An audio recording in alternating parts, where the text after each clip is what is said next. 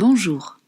Suite à la première capsule concernant l'audio du livre que j'ai écrit sur la rupture et la réconciliation, la crise au cœur de l'évolution, voici un préambule dans lequel je vous fais part des questions de base qui m'ont animé.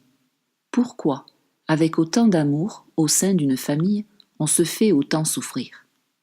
Je nomme ce phénomène de l'amour-souffrance, et il me paraît être contre nature. Comment cela est-il possible? Aussi, c'est plus fort que moi. Il faut que je comprenne le sens de ce paradoxe. Outre mon histoire et mon ressenti, je constate que cet amour-souffrance est vécu dans de nombreuses familles et qui plus est entretenu par des tas de malentendus. Je m'en rends compte parce que je l'ai vécu, et de ce fait, je reconnais dans tout ce qui se joue cet amour caché, maladroit, qui met mal à l'aise, qui est mal vécu et mal exprimé. Bref, beaucoup de mal qui génère de l'incompréhension et de l'insatisfaction. Aussi, j'insiste sur le fait qu'il existe toujours une solution dans le cœur pour opérer une transformation profonde. En effet, on peut constater une relation où tout le monde se perd et réaliser une prise de conscience où tout le monde se retrouve. Pour ma part, depuis toujours, je me sens habitée par le mystère de l'amour. Et à force de me poser 1001 questions, j'ai eu bien plus de réponses encore.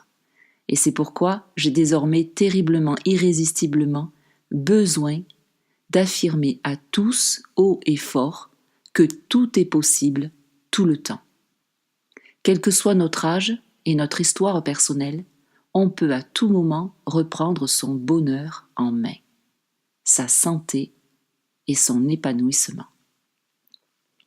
En effet, dans notre parcours de vie, que nos valises soient plutôt légères et relativement discrètes, ou horriblement lourdes et terriblement encombrantes, elles ne sont que des valises, que l'on peut poser et laisser. Or, pour ce faire, regardons-les en face une bonne fois pour toutes, et détachons-nous de ces fardeaux sans remords ni regrets. Ce qu'il faut accepter, c'est qu'ils font partie de notre vie et qu'à ce titre, ils ont quelque chose à nous apprendre. Accepter, ce n'est pas accepter de les subir, bien au contraire, c'est accepter de les reconnaître pour s'en libérer. Ainsi, il nous appartient de les considérer, de les comprendre et de décoder leur message afin de réintégrer l'amour caché dans tout ce qui est. Quand le poids de certains souvenirs devient paralysant, n'est-il pas préférable de les abandonner, de les quitter en connaissance de cause, après leur avoir accordé l'attention qu'ils réclament, plutôt que de nous y abandonner nous-mêmes? Le courage de les considérer seulement pour ce qu'ils sont, des événements passés, des ressentis encore présents, des interprétations à clarifier, c'est ne pas se confondre avec ce qu'ils représentent, et c'est justement apprendre à se distinguer dans qui l'on est vraiment.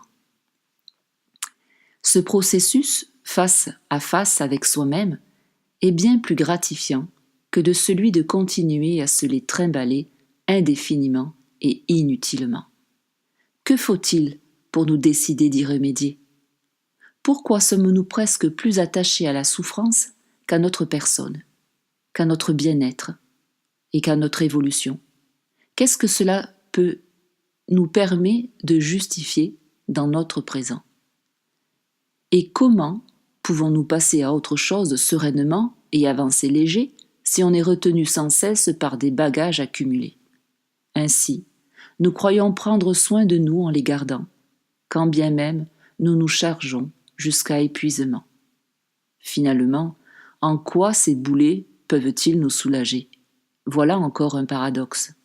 Au contraire, pour être libres, délestons-nous honnêtement et humblement à chaque fois que cela nous pèse. Sans être lâches ni orgueilleux, il s'agit juste de se donner les moyens d'aller mieux. Or, on est davantage persuadé que rien ne peut changer à défaut de le réaliser soi-même. et on voit le verre à moitié vide plutôt qu'à moitié plein. Mais il ne s'agit pas de s'illusionner, de se faire croire ce qui n'est pas, de se mentir ou d'ignorer ce qui ne va pas. Et comme par facilité, on alimente la situation en s'habituant à nos difficultés au lieu de se reconnecter à nos possibilités d'évolution. Est-ce cela l'amour de soi? Et si ce que l'on traîne servait clairement à se choisir soi-même? À propos, on dit souvent que l'amour est proche de la haine. Eh bien, pour reprendre ce paradoxe intime, j'ajoute que la complexité est proche de la simplicité. C'est vrai que c'est souvent quand la vie devient trop difficile qu'on est comme obligé de se reconnecter avec une certaine simplicité des choses. Et j'insiste sur la différence entre simplicité et facilité, car la facilité renvoie souvent aux mauvaises habitudes, alors que la simplicité, c'est revenir naturellement à ce qui est, à ce que l'on ressent. C'est reconnaître ce qui est bon pour soi et faire ce que l'on a à faire dans le respect de chacun, sans interprétation ni jugement. Ainsi, il nous appartient de changer les choses en saisissant leur signification profonde. Il est donc de notre ressort de basculer du désordre apparent à l'ordre sous-jacent, car tout a un sens. Passer des turbulences au paisible, voilà le cheminement. Bref, prendre conscience du chaos jusqu'au cosmos. En effet, le chaos signifie le désordre et le cosmos signifie l'ordre des choses. Pour accéder de l'un à l'autre, nos repères sont complètement bouleversés. C'est comme si nous passions de la position à quatre pattes à la station debout. Souvenez-vous, cela en vaut la joie. Et le voilà le vrai défi, car lors de ce passage du chaos au cosmos, tout prend une autre dimension, même nous. Et même si la transition est périlleuse, le nouvel équilibre savouré est puissamment libérateur. C'est comme si c'est à ce moment-là que tout retrouve le bon sens. À ce niveau de conscience, la hauteur révèle l'organisation réelle, où chaque chose est à sa place.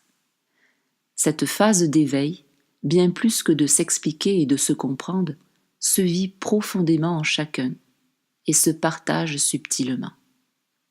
Enfin, on se rend compte que ce qui nous faisait tant peur nous a finalement permis d'en être arrivés jusque-là et à découvrir une autre façon de voir le monde et de vivre.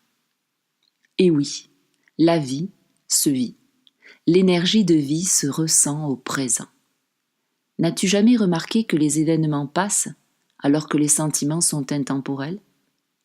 Que les émotions désagréables sont parfois fulgurantes alors que les dangers sont rarement réels? Et s'il s'agissait de reconnaître la vraie valeur de ce qui est, ici et maintenant? Et si pour ce faire, il suffisait de revenir directement au cœur de notre existence, au-delà du mental et par-delà notre corps? Et s'il s'agissait, en vérité, de reconquérir le chaînon manquant? De la tête au corps, s'il suffisait d'ouvrir et d'investir notre cœur. Reste à nous de franchir ce pas extraordinaire. C'est un état d'esprit. Et dans notre culture occidentale, par notre éducation imprégnée d'une orientation judéo-chrétienne, dans notre société où le rationnel et le cartésien sont privilégiés, il nous appartient d'appréhender le monde autrement, d'explorer d'autres perspectives, d'autres horizons, d'autres possibilités de se sentir vivant. Et par l'expérience de ce cheminement, je sais, dans chacune de mes cellules, depuis mon corps jusqu'à mon cœur, que la peur cache la paix qui va de pair. Effectivement, entre nos pensées et notre réalité vécue, on connaît finalement peu l'amour véritable, serein, bienveillant et bienfaisant. Voilà l'objet de mes écrits. reconsidérer notre vision du monde dans une ouverture d'esprit qui correspond à une ouverture de cœur, avec lucidité, respect, discernement, en paix et en joie. Voilà ce que je t'invite à vivre, et c'est ce que je nomme l'amour du cœur, le vrai, le pur, le salvateur, à la différence de l'amour de tête, qui est lié aux inquiétudes, à la possessivité et à toute autre forme de peur. Dans cette invitation, même si parfois je serai un peu redondante, je sais qu'il est nécessaire d'insister pour que nos habitudes d'écoute s'orientent davantage vers ce qui n'est pas entendu. Par avance, je te remercie de notre rencontre au travers ces audios et grâce à ce livre que j'ai eu beaucoup de joie à créer en vue de le partager avec toi. Et je dis, à qui veut bien l'entendre, aime-toi autant que ce que je t'aime. Voilà ce que mon enfant intérieur peut dire à l'adulte en devenir. Voilà ce que mon âme peut dire à mon ego.